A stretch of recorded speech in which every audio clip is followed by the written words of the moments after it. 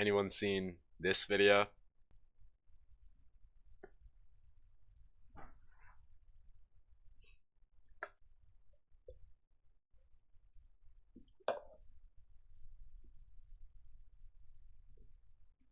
Yep, looks like there's a new method. How do we do it? Today, we're going into the heart of Minecraft's code system to unveil a breakthrough modification that leverages some next level technical maneuvers. If you've been paying attention to Hypixel's recent Bedwars name obfuscation update, you might be wondering, how on earth did you bypass it? Well, buckle up, because this isn't about simple mods or hacks. It's a deep dive into Minecraft's core mechanics tied together with some truly arcane algorithms created by Bed4 himself. Trust me, you've never seen a Minecraft video like this before. Alright, so how did it start? Segment 1, the Flux Tensor Matrix. So first, let's talk about the Flux Tensor Matrix. You may have heard people casually toss around terms like quantum mechanics or string theory when discussing Minecraft modding, but this is on a whole different level. This is a totally new thing. You see, in order to bypass Hypixel's obfuscation update, we had to rewrite the original Flux Tensor. This is a multi-dimensional data structure that essentially defines how Minecraft handles player names within the game's memory. What we're doing here is quite simple on the surface. By modifying the quantum probability fields within the tensor, we're able to dynamically alter the base name of any player who joins the Bedwars game, making it appear as though the obfuscation doesn't even exist. That's how it comes to the overlay just like that. Credit to Bed4 for finding this out. Dude, Bed4 is an absolute genius. I just want to say that right now. Bed4 is just a genius, man. Segment 2, Quantum Loading Overrides. Now, let's dive into the heart of the system. This is what Bordick worked on. The quantum loading overrides. By manipulating the server data streams at the subatomic level, we created a bypass in the way that Bedwars processes player data.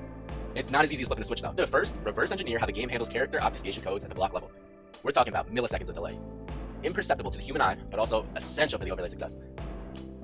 So, we've also leveraged the quantum entanglement of particle streams inside of Minecraft's render pipeline to ensure when a name is obfuscated, the overlay is already in the process of rendering the unobfuscated player before the server even has a chance to process the change. It's like playing 4D chess with Hypixel's name protocol system. Shit is so fire, bro. Segment 4, the final segment. Next, the last thing that we had to do, Bed4 came up with this one again, man. This dude is a genius. Next, we had to create a triple recursive endpoint buffer to act as a bridge between the game server packets and your local machine's rendering pipeline.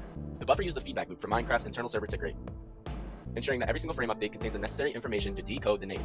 It's recursive because it loops back to every third cycle, recalibrating the server tick with each new frame and adjusting the input with a precision that's practically on par with quantum tunneling. This is why every single name in the overlay is accurate.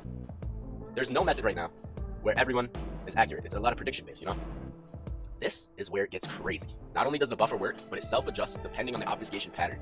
They can't predict this loop because we essentially inserted it into an entirely new subroutine into the server's render cycle. Absolutely fucking insane, right? Now, don't get excited just yet. While this method works, it's far from simple. The true complexity lies in how we've used Minecraft's inherent world generation engine to mask the underlying packet swaps.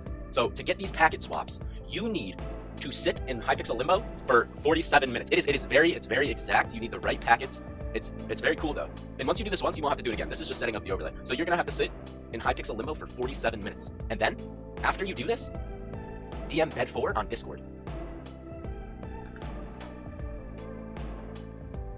DM Bad4 on Discord. BAD4. I'll put it right on the screen right now. You need to DM this guy as much as you can.